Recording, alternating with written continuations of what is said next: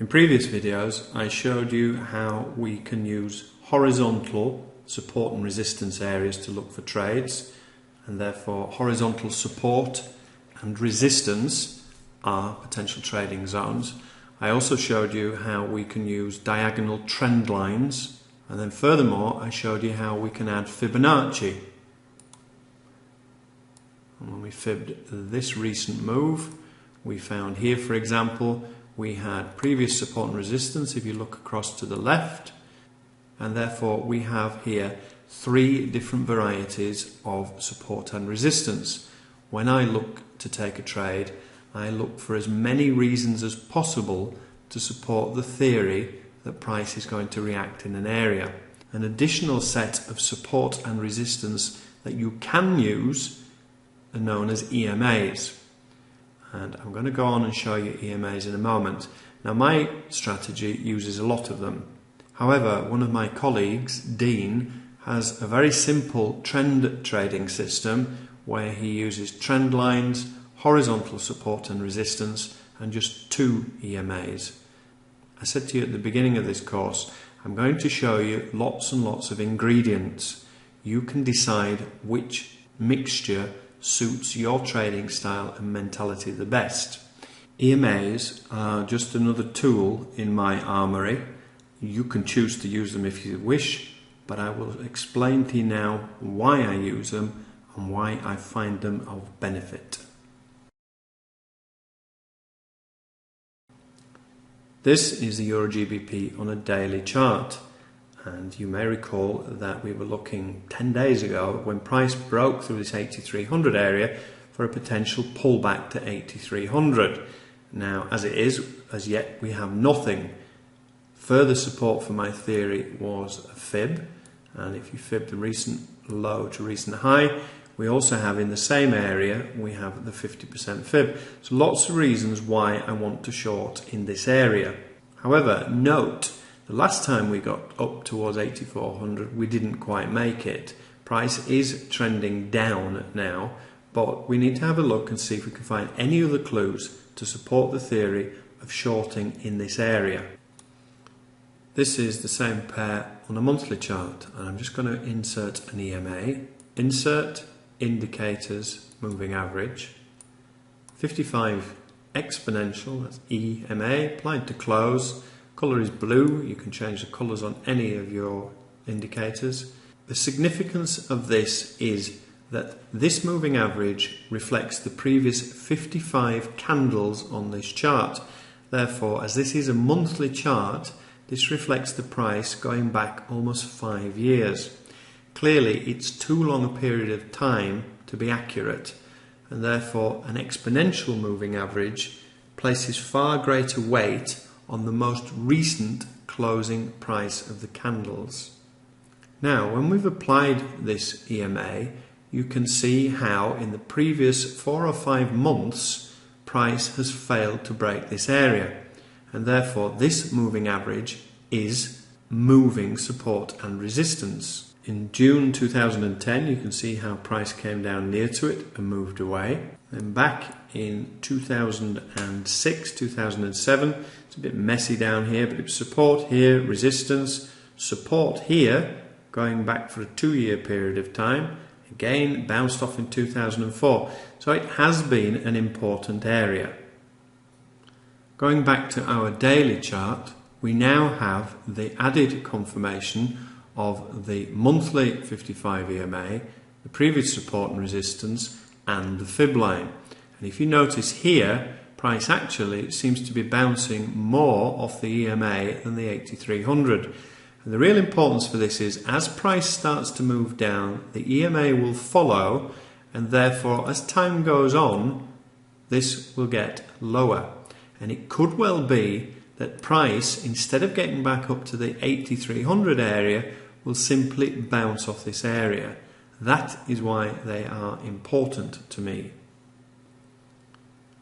This then is the Euro GBP on a weekly chart, and on a weekly chart I have added a 200 EMA, and therefore for the previous 200 weeks, with greater weight placed on current price, look how important this EMA has been In December, price came down and price was held at support, then it broke through, came back up and moved away. You had the opportunities here for shorts here, here and here, and they would have all won. This one would have lost, this one would have won, this one would have won.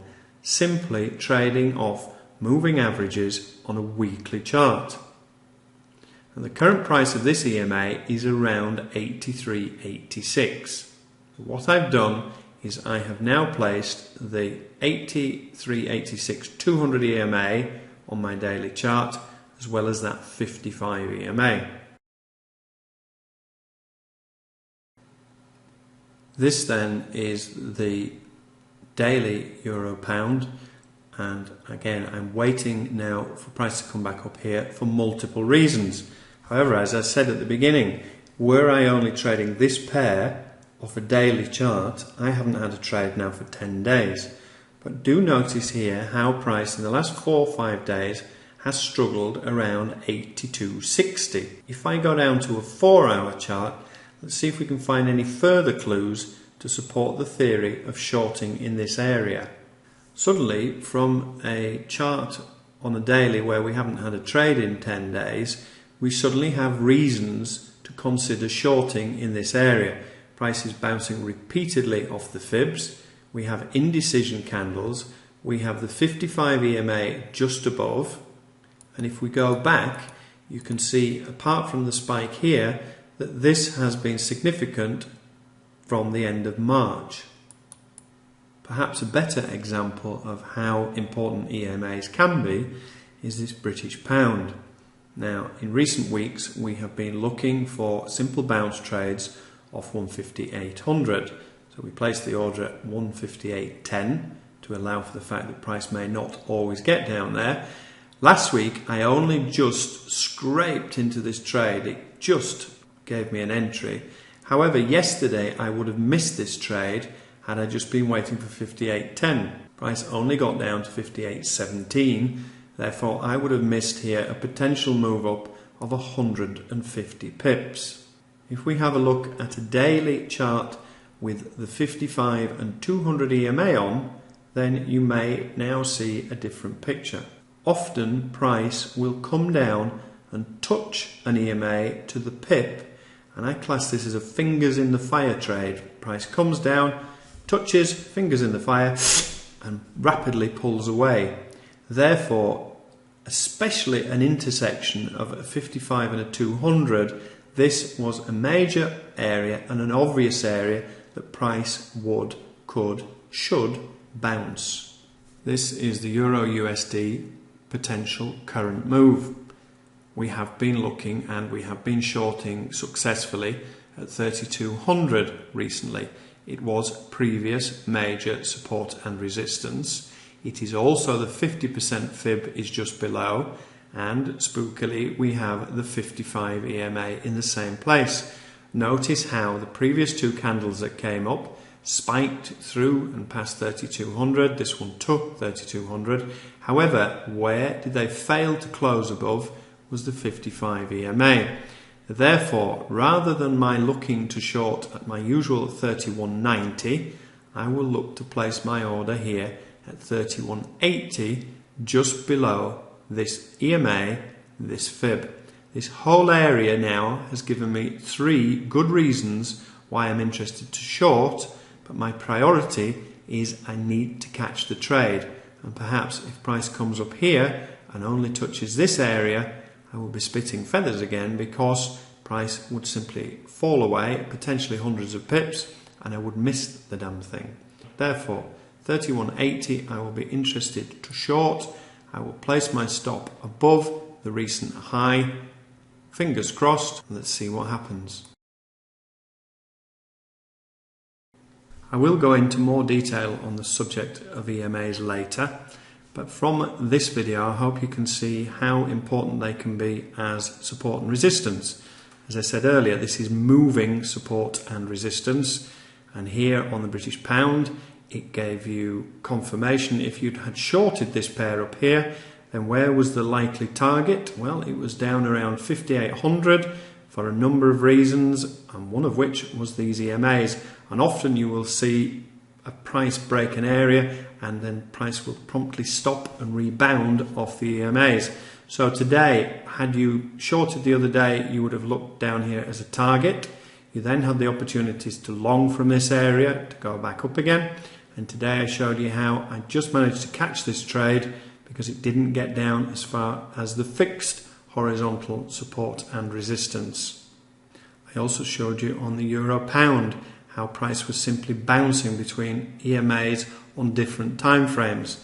Now the bigger the EMA, i.e. the size, so 55 and especially 200 EMA, the stronger they are, and also the longer the time frame. For example, a 15-minute chart with a 200 EMA on would not have a great deal of significance for me, especially compared to a daily chart. You also can use EMAs as breakouts and then pullbacks. So here we have the euro yen on a daily chart. You can see how originally this area was resistance, became support, came back down, support, support, support, finally a breakthrough, standard breakout, pullback. Then you wait for price to pull back to the area with a view to a short.